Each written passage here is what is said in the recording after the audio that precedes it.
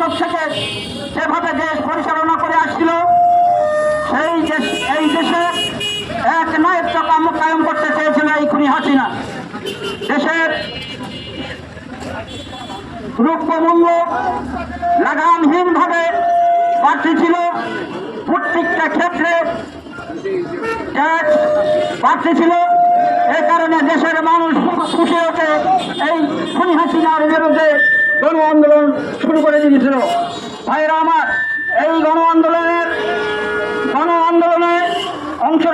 অংশগ্রহণ করতে গিয়ে বীরগঞ্জের ছাত্র আবু সাইদ পুলিশের গুলিতে হত্যা হয়েছে এবং পাশাপাশি আমার অটো শ্রমিক মানিক মডার্ন মোড়ে পুলিশের গুলিতে ছাত্রদের পানি খাওয়াতে ছিল, এমন সময় পুলিশের গুলিতে এই মানিক হত্যা হয়েছে। ভাইরা আমার, সেই মানিকের হত্যার প্রতিবাদে আজকে আমরা রংপুরের সকল শ্রমিক সংগঠন একত্রিত হয়ে বিক্ষোভ সমাবেশ এবং আজকে এই পথসভায় সমবেত হয়ে আমরা সকলে বক্তব্য দিচ্ছি।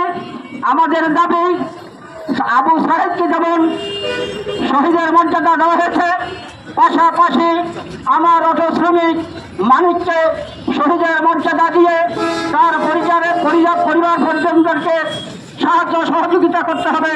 এটা আমার সংগঠনের পক্ষ থেকে আমি জোর দাবি জানাচ্ছি।